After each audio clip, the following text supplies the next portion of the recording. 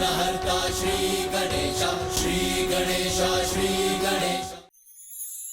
चंद्रकला, चंद्रकला।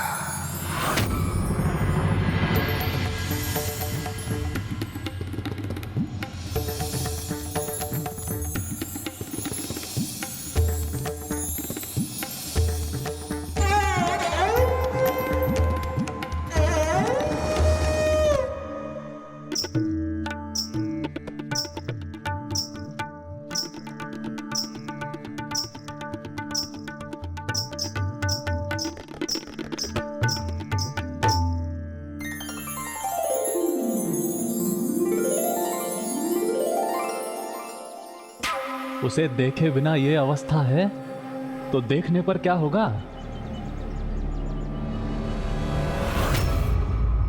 जो तुमने कहा वो सत्य है तो आज ही मेरी उससे भेंट करवाओ। इतना सरल नहीं है। धन चाहिए होता है उसके लिए। एक पोटली धन भी कम पड़ता है। जो चाहिए वो करूंगा, पर आज रात्रि मुझे उसके दर्शन चाहिए।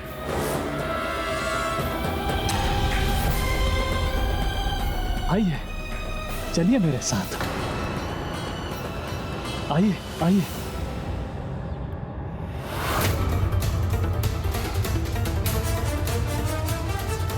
बस बहुत हुआ। अब भ्राता जानुदेव को यह बताना ही होगा कि भक्ति की आड़ में चल क्या रहा है।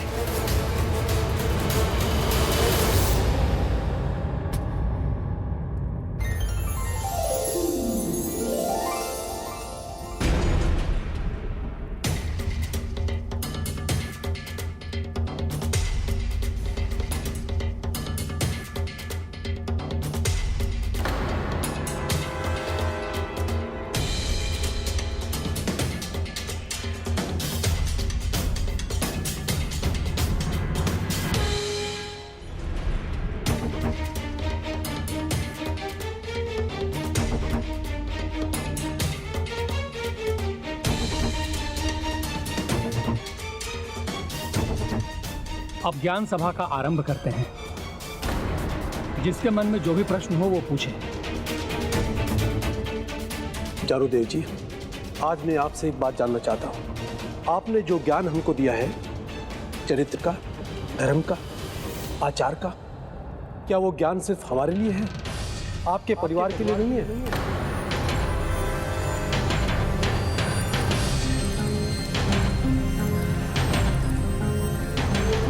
अच्छा, ये भी छोड़ दीजिए, बस इतना बता दीजिए, बगुला भगत किसे कहते हैं?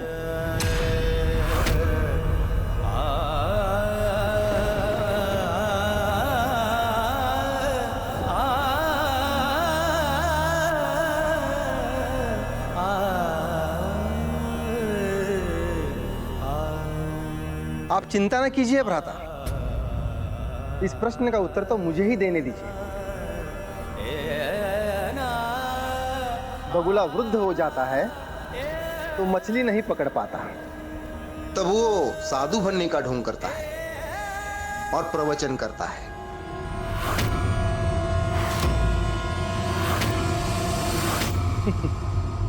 जिससे सभी मछलियां उसे पवित्र पुरुष मानकर उसका प्रवचन सुनने आए और वो उन पर झपट्टा मारकर उन्हें चट कर जाए। क्या यही सिखाया है आपने अपने पुत्र पुंडलिक को?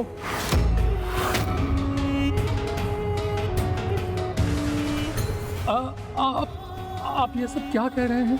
हम जो कह रहे हैं वो आप भली भांति समझ रहे हैं, बस ना समझने का ढुक कर रहे हैं। योजना तो आपने बहुत अच्छी बनाई। पहले तो आपका पुत्र सज्जन बनने का ढोंग करता रहा। जब लोग उससे प्रभावित हो गए, उसके बाद गांव की भोली वाली कन्याओं को अपने प्रेम जाल में फंसा रहा है।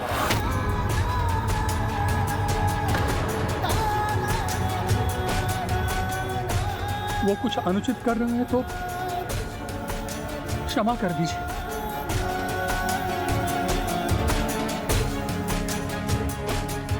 मुझसे भूल हो गई कि मैंने नहीं भ्राता, भूल आपसे कहाँ हुई है, भूल तो मुझसे हुई है। आपको महान समझकर आपके संस्कारों को अच्छा मानकर मैंने अपने पुत्र को यहाँ आपकी छत्र छाया में छोड़ दिया।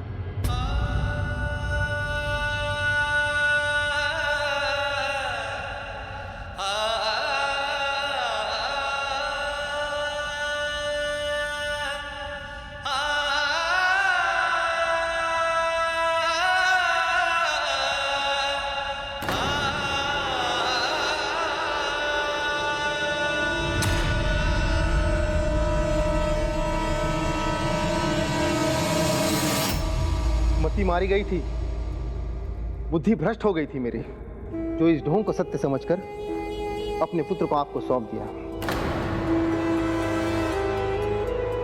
किंतु अब और नहीं, मैं अभी इसी क्षण अपने पुत्र को यहां से ले जा रहा हूं। ऐसा ना करो अनुज, रुको।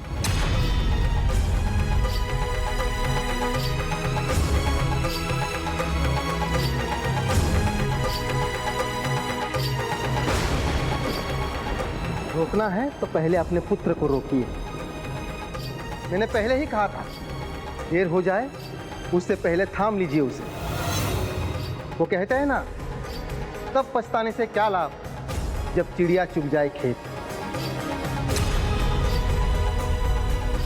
आज मैंने उसे दयाकर पुष्पवाले के साथ जाते हुए देखा था। और कहाँ जा रहा होगा वो, रंगालय के सिवाय?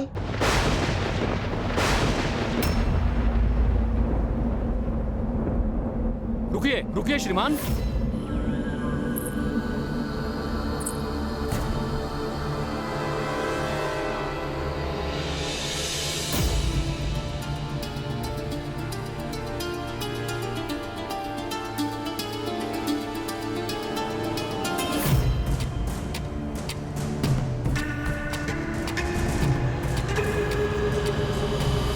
स्वामी,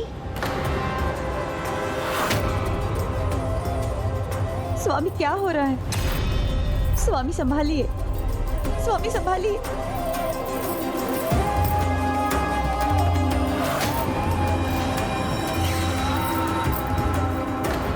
ताऊ जी क्या हो गया आपको? ताऊ जी संभालिए अपने आप को। स्वामी, ताऊ जी धीरज रखिए। ताऊ जी, भाई जी क्या हो गया ताऊ जी को? कुछ नहीं होगा।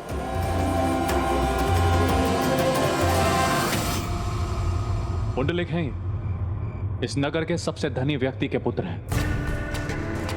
चंद्रकला से मिलना चाहते हैं। धनी है तो हाथ क्यों खाली हैं? इन्हें बताया नहीं कि चंद्रकला के दर्शन ऐसे नहीं होते। उसके दर्शन के लिए धन के दर्शन करवाने पड़ेंगे।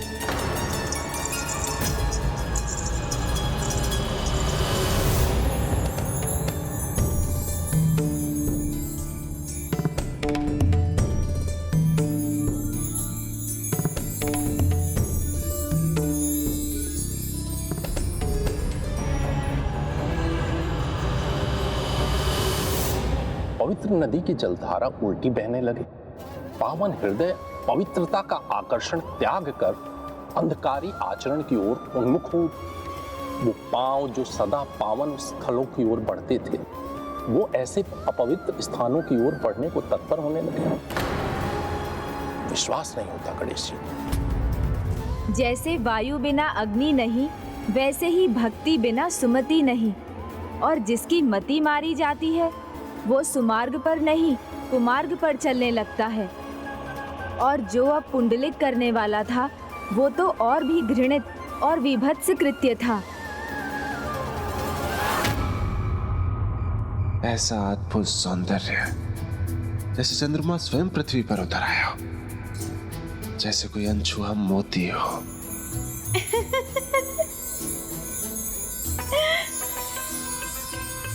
चंद्रमा की शीतल चांदनी और मोती की चमक इतनी सरलता से नहीं मिलेगी श्रीमान। श्रीमान,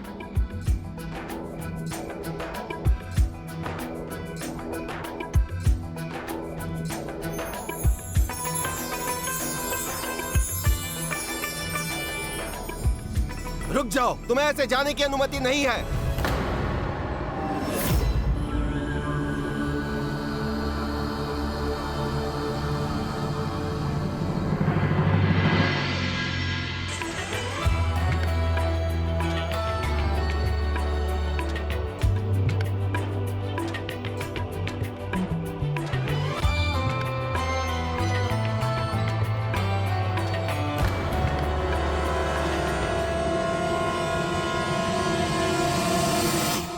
ये क्या किया केतकी बाई?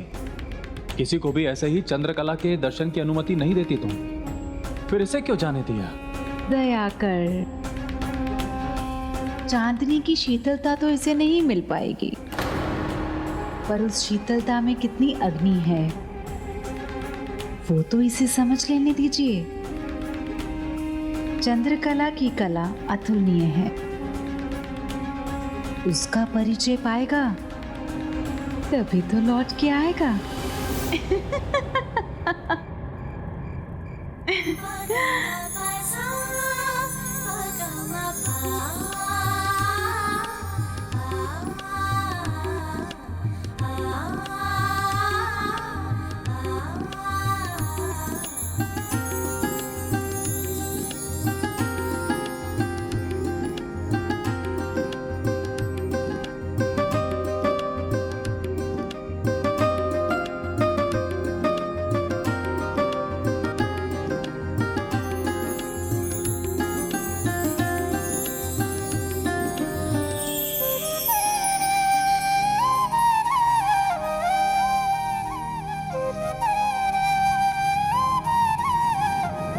रुक जाइए श्रीमान,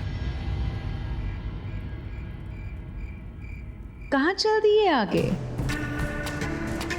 मुख से तो बुद्धिमान लगते हैं और वस्त्र से धनवान, और हम धनवान का स्वागत हृदय से करते हैं। किंतु आप चंद्र के दर्शन के प्यासे हैं और हम धन के दर्शन के। प्रमाणित करनी होगी अपनी आतुरता, जिसका सौंदर्य अमूल्य है उसको बहुमूल्य उपहारों और आभूषणों से रिझाना होगा आपको।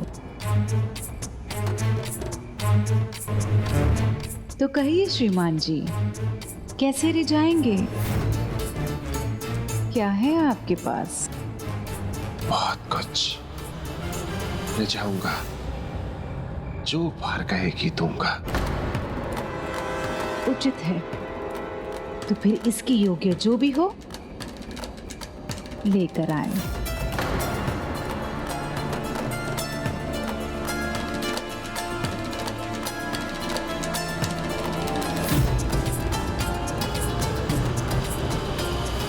शीश उठाकर ढूंढ रहे हो कैसे मिल जाए चंद्रकला। शीश झुकाकर हृदय में देखो, वही बसी है चंद्रकला।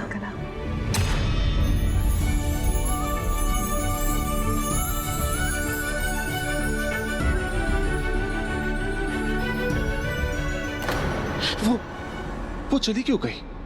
आपने सुना नहीं? वो चाहती है कि आप अभी जाएं और वापस लौट कर आएं, जब आपके पास उसे देने के लिए कुछ हो। नहीं तो आप निराश करेंगे उसे।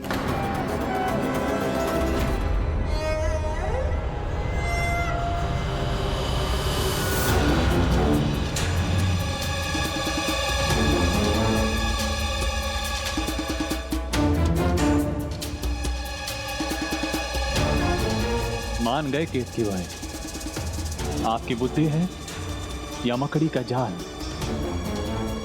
जो भी उलझेगा निकल नहीं पाएगा। अपना सब कुछ खोकर उलझता ही चला जाएगा।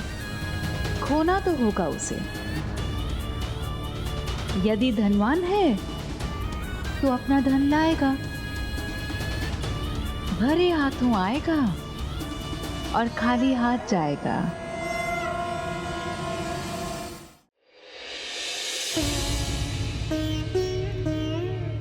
स्वामी, आप यहाँ विश्राम कीजिए।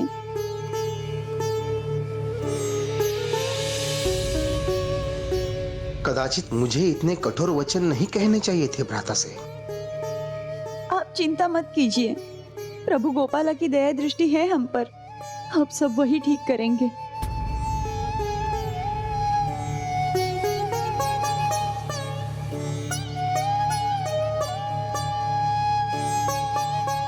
मुझे क्षमा कर दीजिए भ्राता, भूल हुई है मुझसे। सभी के सामने आपका अपमान कर दिया मैंने। किंतु क्या करता, मैं भी अपने पुत्र की चिंता में उत्तेजित हो गया था।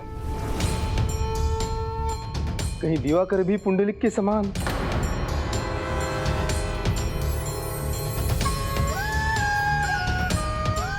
इसी कारण आप मुझे यहाँ से ले जाना चाहते थे ना पिताजी? मैं जानता हूँ, किंतु विश्वास रखिए, मैं यहाँ पुंडलिक भाऊ की नहीं अपितु ताऊ जी की छत्र छाया में हूँ। और ताऊ जी ने मुझे ना भटकने दिया और ना ही कुछ बुरा सीखने दिया। ताऊ जी ने तो मुझे श्री कृष्ण की महिमा और उनकी भक्ति से परिचय कराया। ताऊ जी ने तो सदा मुझे उचित पथ पर चलने की ही प्रेरणा दी है। और आज जब ताऊ जी इस अवस्था में है तो मुझे छोड़कर नहीं जा सकता, अन्यथा जो कुछ भी मैंने सीखा है वो सारा ज्ञान व्यर्थ हो जाएगा।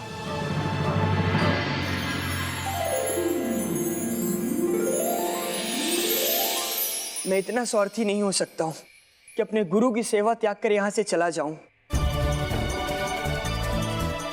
किंतु मैं आपकी आज्ञा की अवहेलना भी नहीं कर सकता। इसलिए मुझे अनुमति दीजिए पिताजी कि मैं ताऊ जी के साथ ही रह सकूं।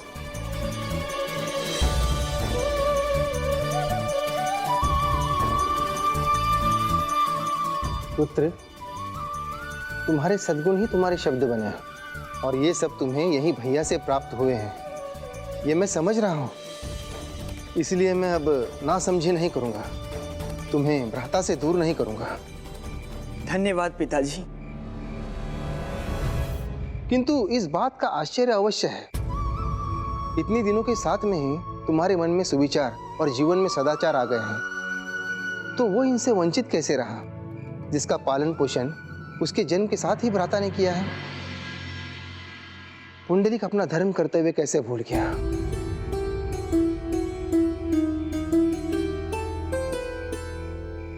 आज आपके जीवन पर ही संकट आ गया है, आपको श्वास लेने में कठिनाई हो रही, तो दिवाकर को ही नहीं पुंडलिक को भी आपका ध्यान रखना चाहिए था।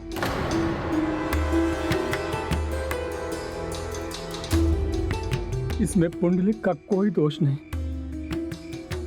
भीतर से अभी भी वो सदाचारी है, भक्ति से परिपूर्ण, आज्ञाकारी और संस्कारी बालक है।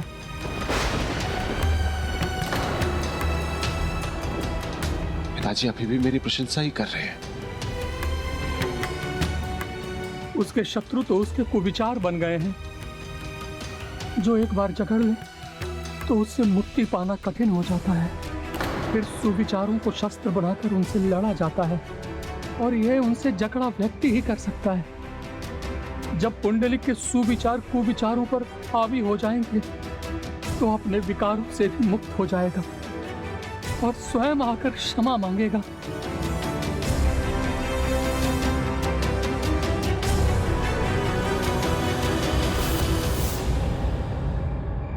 पुत्री, माँ आपने उसे लौटा क्यों दिया? मुझे उससे एक बार मिलने तो देती, मैं उसे ऐसे ही थोड़ी जाने देती। मैं उसे विवश कर देती। बार बार लौट के आने पर तो क्या करती? नियम भंग कर देती। वैसे भी खाली हाथ लौटा था।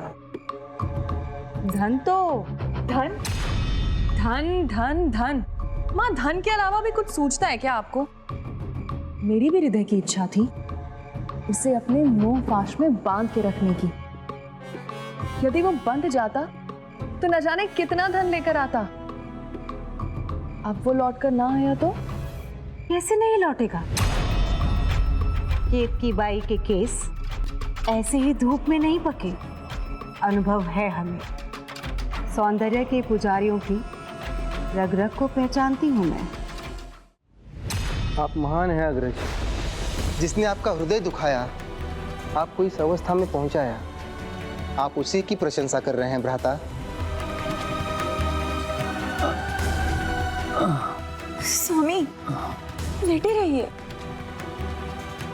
अब मैं कुशल हूँ। मेरे हृदय पे तब एक आघात अवश्य लगा था जब मैंने सुना था कि मेरा पुत्र वहां गया है जहां उसे कदापि नहीं जाना चाहिए।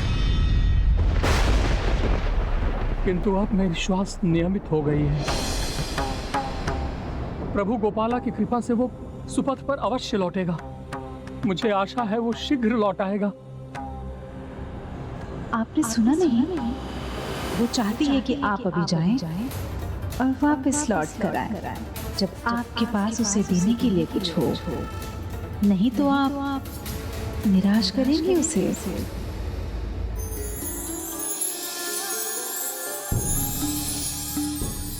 चंद्रकला, आप उचित कह रहे हैं।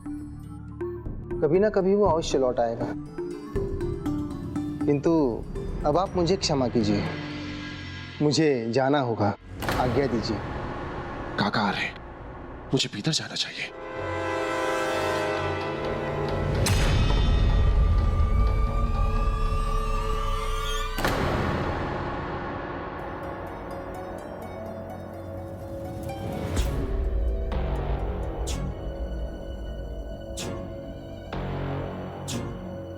स्वामी, आपके वचन सत्य हो जाए, हमारा पुत्र शीघ्र लौट आए।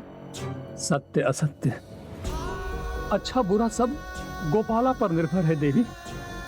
उनकी जो भी इच्छा होगी मुझे स्वीकार है, क्योंकि प्रभु अवश्य पुंडलिक को सुपथ पर लौटा लाएंगे। शीश उठाकर ढूंढ रहे हो, कैसे मिल जाए चंद्रकला। शीश झुकाकर हृदय में देखो, वही बसी है चंद्रकला। प्रभु गोपाला की कृपा से वो सुपथ पर अवश्य लौटेगा। मुझे आशा है वो शीघ्र लौट आएगा। नहीं नहीं, पिताजी को कुछ नहीं हुआ, वो स्वस्थ हो जाएंगे। मैं व्यर्थ ही संकोच कर रहा हूँ। जीवन का अनुभव लेना है मुझे। सौंदर्य के निकट रहने का ये स्वर्णिम अवसर मुझे व्यर्थ नहीं करना चाहिए।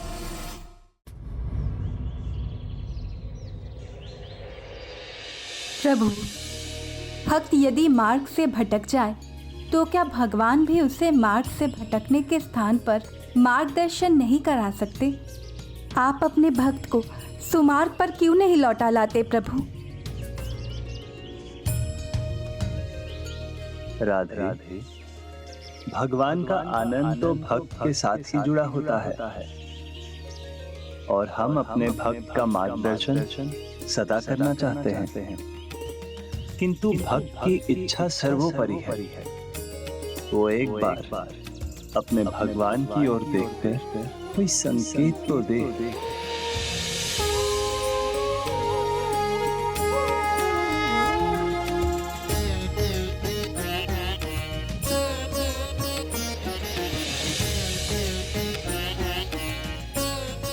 अब भक्त की दृष्टि पड़ेगी अपने भगवान पर।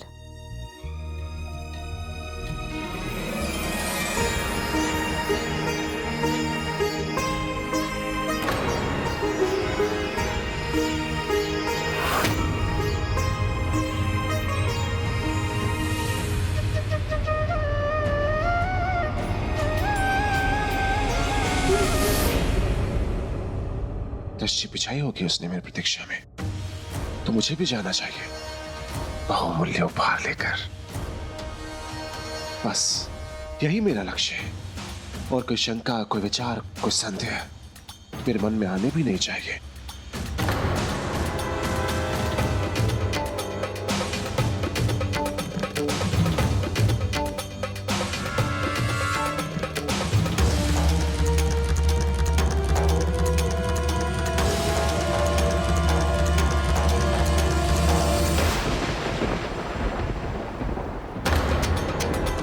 उसने तो आपको देखा भी नहीं प्रभु।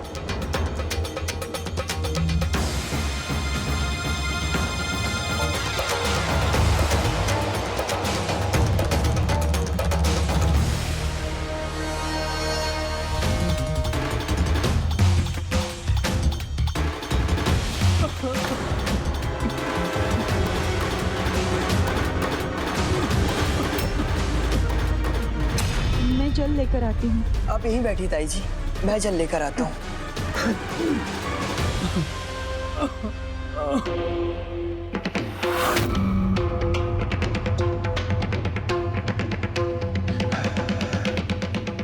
ये पर्याप्त होंगे।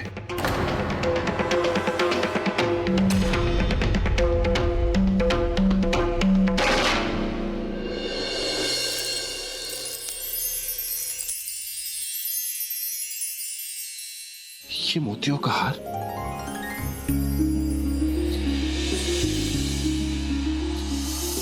पिताजी, मैं भजन गान में इतना निपुण नहीं हूं, फिर भी इतना बड़ा उपहार। ये उपहार नहीं, ये मेरा आशीर्वाद है तुम्हें।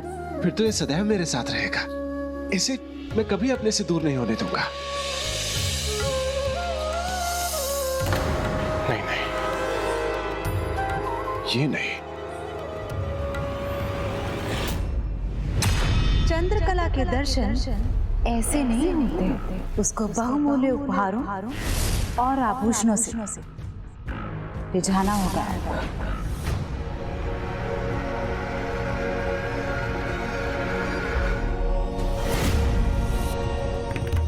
वो इसे धारण करेगी तो इसकी शोभा और बढ़ जाएगी।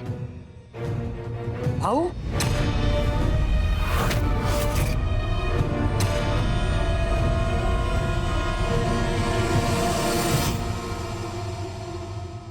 भाऊ बाहर आपके पिताजी। कैसे है वो? क्या हुआ था उन्हें? आपको लेकर व्यतीत हुए थे वो। उनके हृदय को धक्का लगा था, किंतु आप प्रभु गोपाला की कृपा से वो कुशल है। अच्छी बात है, फिर चिंता की कोई बात नहीं। किंतु आप कहाँ जा रहे हैं? उनसे भेंट किए बिना? क्या ये गलत नहीं है? उपदेश मत दो, तुम हो ना उनकी सेवा के लिए, उनका ध्यान रखो, मेरा नहीं। और सावधान, उन्हें मेरे आने और जाने के लिए कुछ भी कहा तो। किंतु परंतु कुछ नहीं। मैं पढ़ा हूं, मेरी बात मानना तुम्हारा कर्तव्य है और धर्म पे। ये हुआ क्या है इन्हें?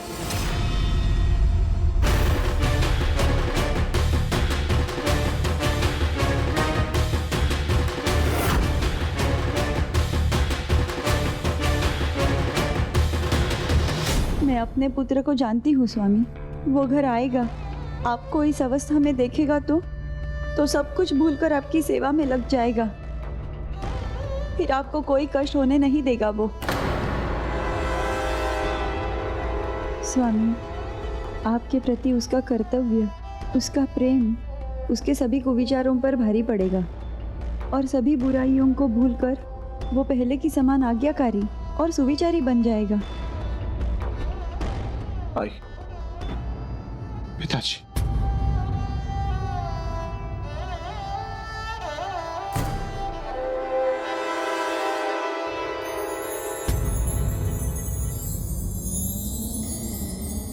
चंद्रमा की शीतल चांदनी और मोती की चमक इतनी सरलता से नहीं मिलेगी श्रीमान। वो चाहती है कि आप अभी जाएं और वापस लौट कर आए। चंद्रकला, मेरी प्रतीक्षा करो, मैं बस आ रहा हूं।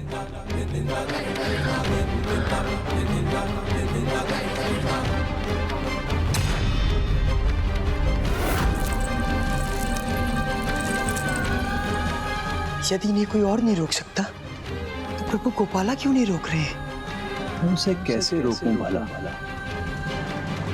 उसने तो अपने परिवार को ही नहीं, मुझे भी भुला दिया।